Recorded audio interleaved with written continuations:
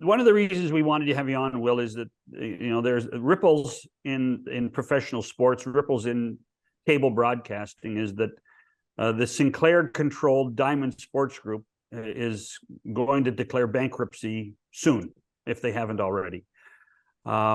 Major League Baseball teams on a regional basis get a lot of money. There's 13 networks. NBA teams get a lot of money, and so do NHL teams. Is there any immediate fallout of what could happen in this scenario, and how serious? Companies refinance all the time, but how serious is this one, do you think? I think it's pretty impactful for the sports industry in the U.S. and as it relates to hockey, the NHL in particular, because as you mentioned and teed up, the percentage of revenue of a team that comes from these local market deals can be anywhere from 20 to over 40%, right? Particularly in baseball, where a lot of it is based on the volume of games. To put it in more maybe palatable context for your usual viewers, right? I believe by my last count, Sinclair controls 19 RSNs, which includes, by my count, over a dozen NHL team rights. Mm-hmm. And those deals can range from 10 to 20 plus $1 million on an annual basis. And so those fees get paid on a recurring basis based on the contract and based on the calendar. And the key thing to note is, I think based on Sinclair's last earnings report, they had about $600 million in cash on hand, but over this next year, they have to pay $2 billion in rights fees to all of the sports properties. So at some point, unless something changes, right, you're gonna quickly come into a crunch situation. And there's talk of them potentially skipping, quote unquote, a $140 million interest payment on the $8.6 billion in debt that they have on their balance sheet.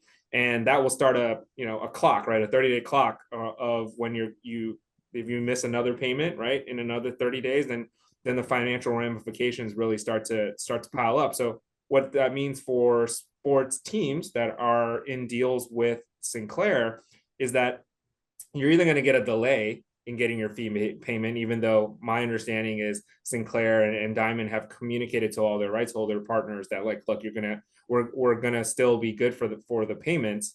Or if this does end up in a bankruptcy situation, there's a possibility that your rights can get kind of tied up in that you can't even break loose and try to find an alternative, right? Your rights are going to get stuck in that bankruptcy sort of litigation. Have you analyzed what happened to them? What did they do? We have seen regionals pay a lot of money for rights. Did they pay too much for rights? Are they not getting the advertising return that they expected? What exactly happened, do you think? Well, you have to recall that Sinclair purchased these RSNs from Fox, right? And they purchased it at a $10 billion price point, if I recall. There were some folks at that time that already thought that might have been an overpay.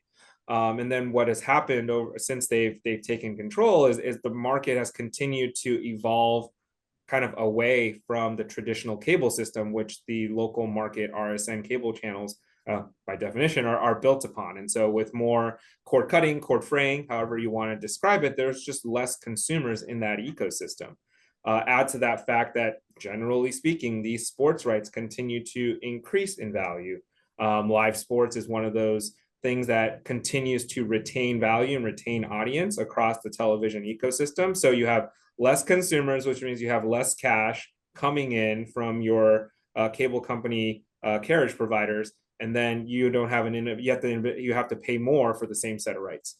And so with that, plus they spun up a direct to consumer that hasn't fully taken hold in the marketplace, because they're charging $20+ a month for a service that doesn't include all the stuff that an ESPN Plus would have or a Peacock would have in the market. And so consumers are just having that dissonance about paying that. So these are kind of the things that are happening from a marketplace perspective that are just exacerbating the issue of that $10 billion purchase price. Is this television's version of what newspapers went through when you think about how newspapers didn't adapt to the internet quick enough?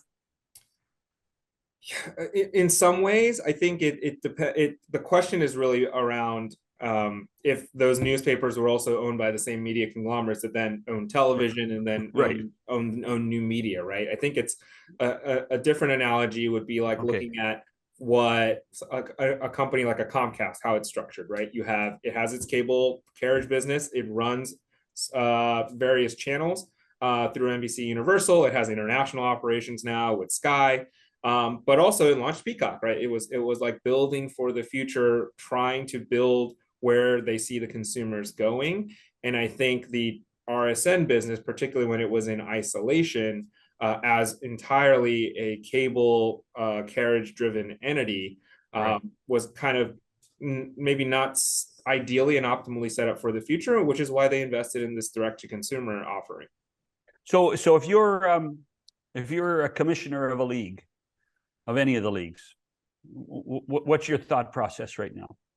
Well, a lot of what's being discussed is whether, how one of the ways that potentially Sinclair can get out of this situation, or at least better balance their balance sheet, is one of the ways is maybe converting some of their debt into equity for their creditors. So that would be the likes of like a Prudential or Fidelity becoming an equity partner in the RSN business. The other would be, it doesn't have to be these existing creditors. It's about trying to get other entities in the market to become investors, right? So whether it is another media conglomerate like a Comcast coming in, or the leagues.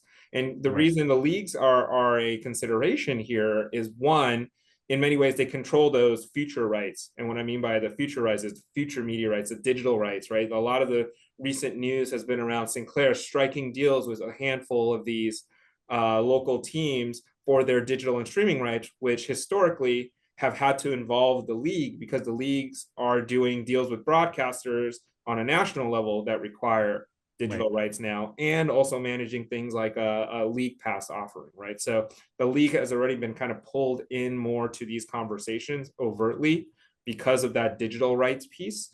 And then as we may have discussed in prior conversations, there usually is only one RSN in each major market. So it's not like a situation where there's multiple parties at the table trying to grab these rights. It's usually a repeated game between the team and the RSN in the market.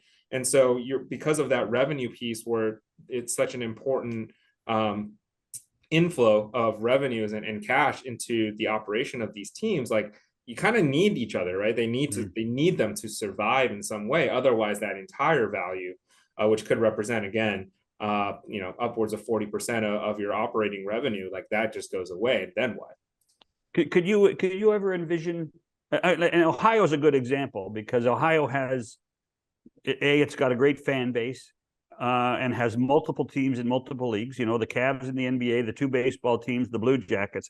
When you talk about creditors, can you envision the teams participating in ownership of a regional sports network? Does it make sense?